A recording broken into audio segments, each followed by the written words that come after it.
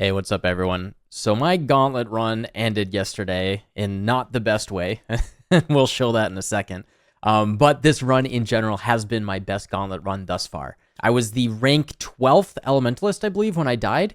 And I did it with something that is, not the strongest build in the world, but I'm very proud of what I put together. It was pretty darn effective for what it was. I was level 82 and a half, and I was able to do yellow maps pretty darn easily. What I had done is I took my Stormbrand build that you saw me talk about in the video yesterday, and I changed it into a pure Lightning Conduit build using Stormbrand actually as the shock engine for it. And I was actually planning on adding in Galvanic Field as well in addition to that. And actually what I did is I put it together again in Standard League, and we'll go over what that is and what it looks like and kind of what my plans were for it in just a couple seconds. This was a great run. I'm really happy with my Gauntlet performance. It is like I said, it's my best one yet. But my own personal skills, my own personal growth here has been pretty awesome, especially for someone that doesn't really practice this style of play very much, but I do think about it and I do participate in these events. I study the masters out there as well, and I learn from what they do. It was a really clean run, and this build was really fun. Yeah, so let's show the rip real quick, and then we'll talk about that, and we'll talk about the build,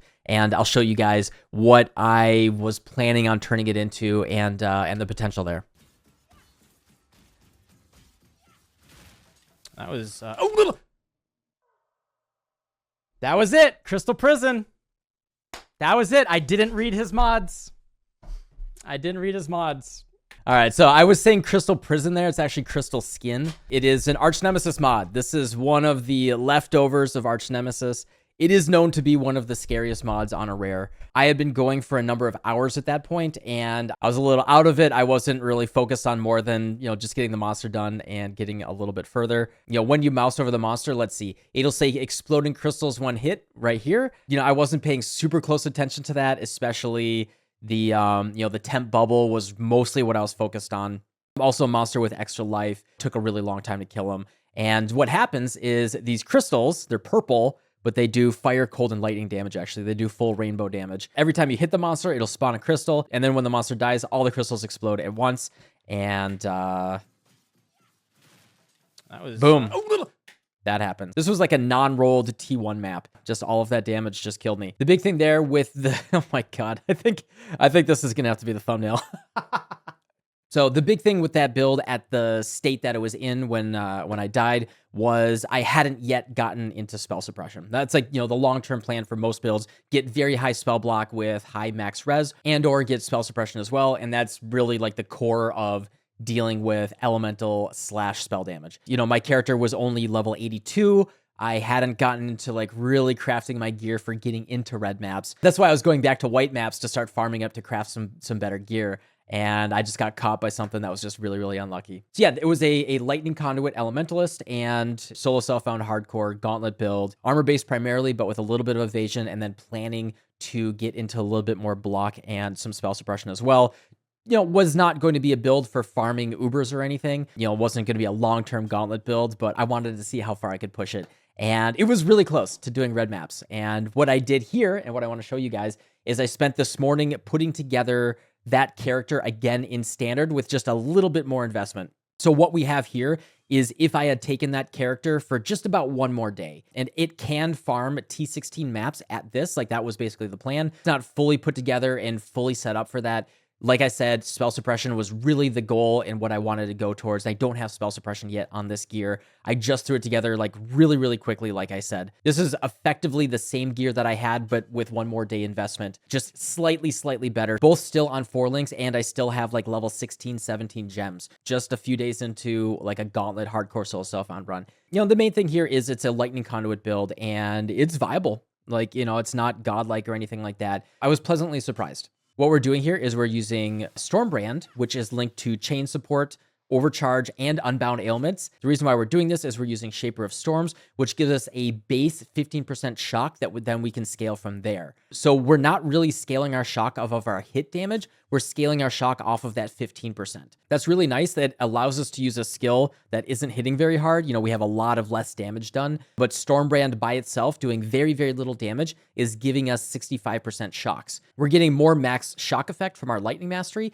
and then the way that both Lightning Conduit and Galvanic Galvanic Field work, they get more damage multipliers based on the shock size on the monster. And I kind of like over-invested into the shock effect here because I want to try really, really hard to hit that 65% shock on every potential monster that I can. Just to go over the character really, really quickly, going for armor/armor evasion bases. Armor evasion bases are ideal because, like I said, we want to get spell suppression on this build. I have 2 scepters here that I got moderately lucky crafting these. I think this is fair though, since I only have level 16 gems here. The +2 gem levels actually doesn't really matter. I crafted these using essences for the flat lightning damage to spells until I just hit something good. I happened to hit Magisters on this one, and then I happened to hit Thunder Hands on this one. The rest of the mods on these scepters are like really, really bad. Just going for really big armor evasion numbers here. As you can see with my flask up, I have 18,000 armor, which I think is pretty respectable. This is equivalent to a level 88 character. My character is level 96 and I have 8 passive points not allocated. Main thing that I would love to work on is -10 chaos res. You can see I have 77 to 78 all max res, as well as very overcapped for LA weakness.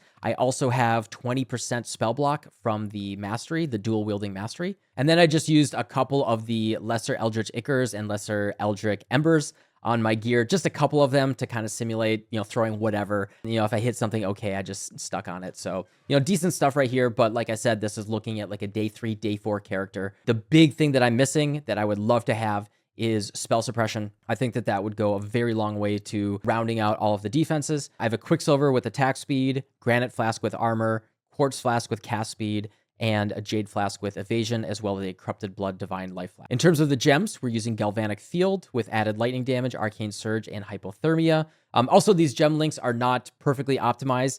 They were just what I had access to, able to take advantage of in the Gauntlet as well. And then we have Unbound Ailments, Overcharge, Stormbrand, and Chain Support. So the basic playstyle is that we're dropping a Stormbrand. It's going to connect to an enemy, and then it'll chain and hit most of the screen. And then that will allow us to cast Lightning Conduit, which is our primary damage. Just want to make this really clear. This is not like a comfortable softcore build. This is one of those like Gauntlet multiple button builds to try to like optimize as much damage as you can while still staying defensive.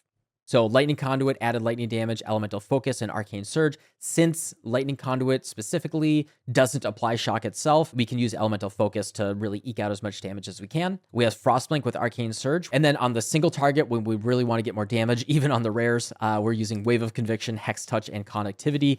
We don't want to press too many buttons. Like more damage would be to manually cast Connectivity.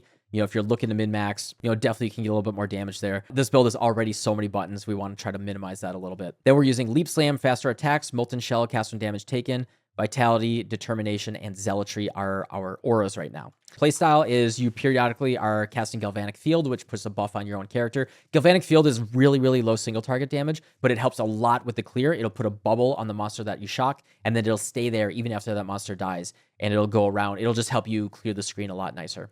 And then, like I said, Stormbrand, and then it's going to shock the whole screen. And then Lightning Conduit, it'll proliferate and hit the whole screen. And then single target, we drop our Wave of Conviction. For mobility, check the video from yesterday. So Leap Slam into Frostblink, take a step, and then you can Leap Slam again. Very quickly, it'll reset the cooldown on the Leap Slam, which will let you do another one really, really quickly. You start to learn from watching those hardcore solo self-found racers, and you pick up some of their tips and tricks, and the game just feels better, And I always really appreciate that, improving as a player.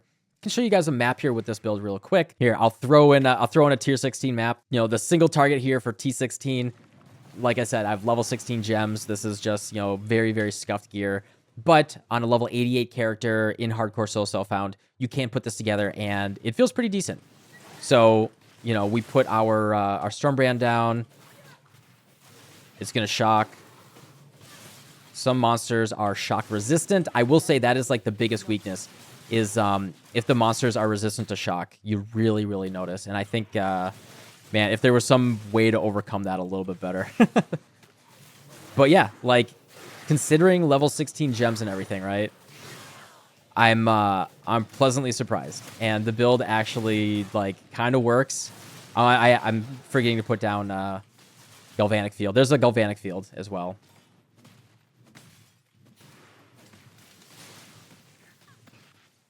Test out the single target.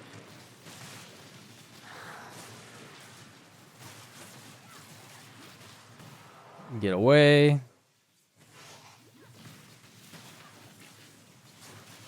No, I missed it. There we go. So, we're technically, I believe, around like 1.2 million DPS or something with everything combined. You know, nothing special. But all things considered, I think being able to do a T16 map like this, being very, very tanky, you know, decent mobility, you do press a lot of buttons. It's not something to fast AF show off or anything. But I'm pretty proud of it, and I think with the max spell suppression, level up gear, your leveled up gems and all that, really improving the gear a little bit. It's a nice feeling build. Would I do this again? I don't know. I think it would need to be buffed a little bit. It is like, you know, it's one of those press a lot of buttons, a little clunky type of thing. But I would like to give it a go again in the future. It's always good to have like the idea in the back of your head for what you might be able to do, right? Like, hey, maybe I get some ideas. You know, I played Lightning Conduit now. You know, I understand Galvanic Field a little bit. You know, trying these skills that, you know, especially after they get nerfed, they kind of fall out of meta. And, oh, see if I can tank this. I tanked it. Even getting frozen. Yeah, I don't even have my Pantheons upgraded on this character. Yeah, I'm pretty happy with this. And, yeah, this was my best, like I said, my best Gauntlet run ever. I died earlier than I was planning, but I'm happy with my performance. And, yeah, hopefully you guys enjoyed Gauntlet, or maybe you learned something from these videos. That's always my goal with that. I'm going to go figure out how I can fix my assassin that I took apart and I was like scuffing around with Penance Brand the past couple days. Penance Brand's probably out. Yeah, I did not really love that skill. That's probably going to be the video tomorrow. But I have a few more ideas for stuff that I want to try, especially with the 2 more months left in this league. But yeah, just want to share with you guys my Gauntlet performance, how it went, how the build was that I made, and the potential there. Like, if you really love Lightning Conduit and you love the look and the feel of it, you know, even with the hardcore soul self-found, like, Gauntlet viable build, you know, viable-ish. I didn't finish it. You can kind of get the job done. So yeah, anyway, thanks for watching. I'll see you all tomorrow. Goodbye.